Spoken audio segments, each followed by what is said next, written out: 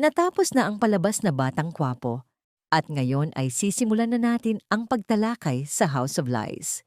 Para sa mga nais manood, huwag kalimutang mag-subscribe sa aming Cinema Insight English channel at patuloy na suportahan kami. Maraming salamat. Regina ay hindi na nakayanan ng walang tigil na pagbabanta ni Greg.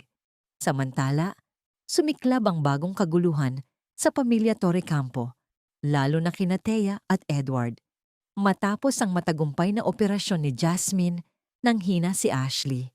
Ipinahayag ng mga doktor na nagkaroon ng komplikasyon. Siya ay nakakaranas ng mga seizure. Ginagawa nila ang lahat upang mailigtas ang kanyang buhay. Halos mabaliw si Thea, hindi alam ang gagawin. Pinagsisihan niya ang pagpayag na kunin ang stem cells ni Ashley para sa transplant ni Jasmine. Ngayon tila bumalik sa kanila ang karma. Bago lumala ang kondisyon ni Ashley, dinalaw siya ni Jasmine. Doon humingi ng tawad si Jasmine.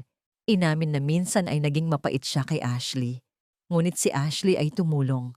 Nagpakita ng pagmamahal kahit hindi siya tinrato ng maayos. Sa huli, nagyakap ang dalawang magkapatid. Nagpasalamat si March, sinabing ang mga pagkakamali ng kanilang mga magulang ay hindi dapat pasanin ni Ashley. Niyakap niya si Ashley sa huling pagkakataon at nasaksihan ni Thea ang lahat. Ngunit ilang segundo lang, muling nag-seizure si Ashley.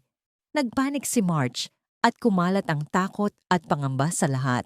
Ngayon nila napagtanto, bawat desisyon na kanilang ginawa ay binabayaran ng buhay ni Ashley.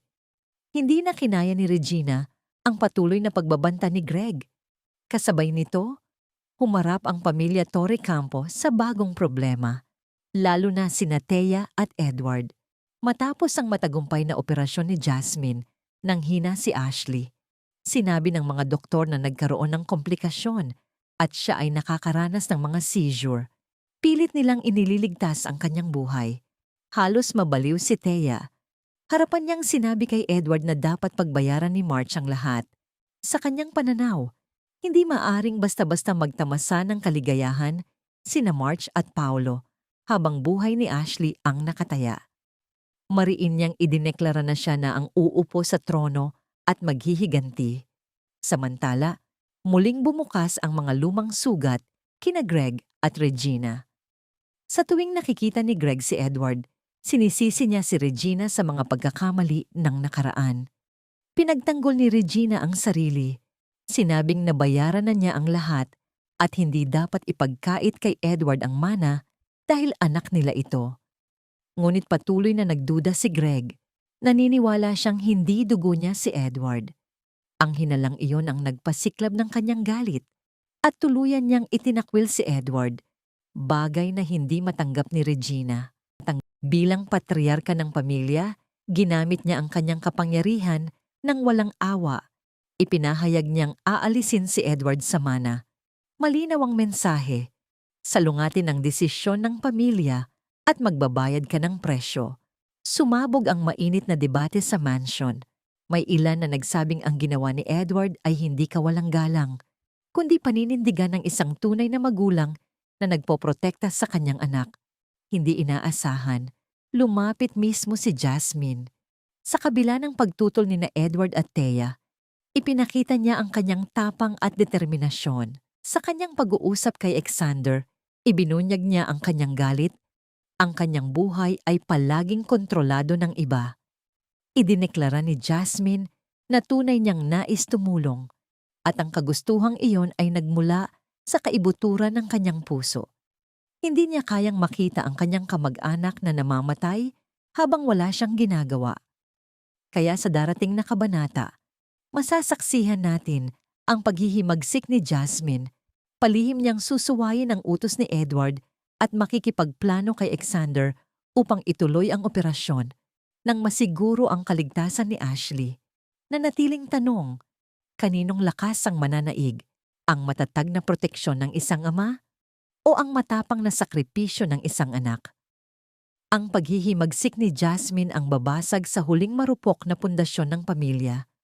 Kapag natuklasan ni Edward na palihim na pinili ni Jasmine na maging donor, sasabog ang kanyang galit hindi na mapipigilan. Totoo ngang magsasampa siya ng kaso. Tuluyang babagsak ang pamilya Torrecampo. Ngayon, tanong na lamang, paano haharapin ni na March at Paulo ang puot ni Edward? Isusugal ba nila ang lahat upang mailigtas si Ashley, kahit kapalit ang tuluyang pagkawasak ng pamilya? Lalong lumalalim ang mga sikreto at sigalot ng pamilya. Hindi maaring palampasin ang mga susunod na pangyayari.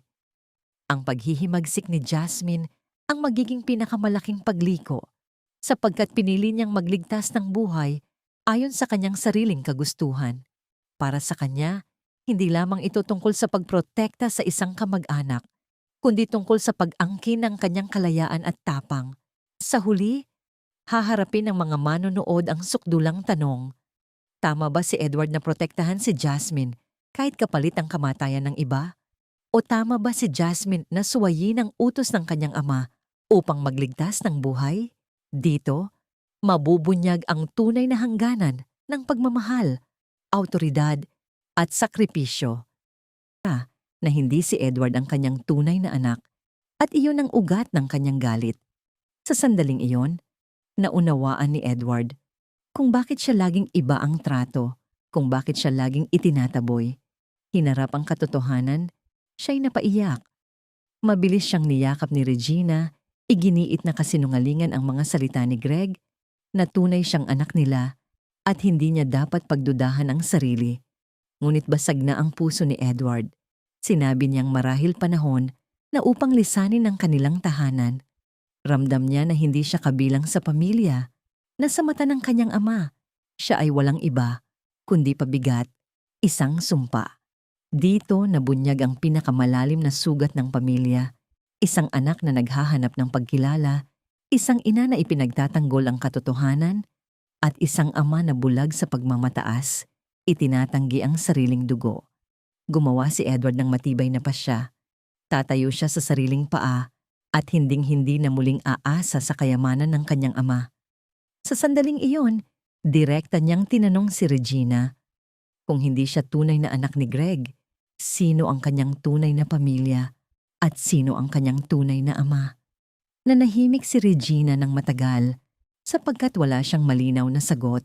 Sa huli, ipinaliwanag niya kung bakit patuloy siyang inaakusahan ni Greg.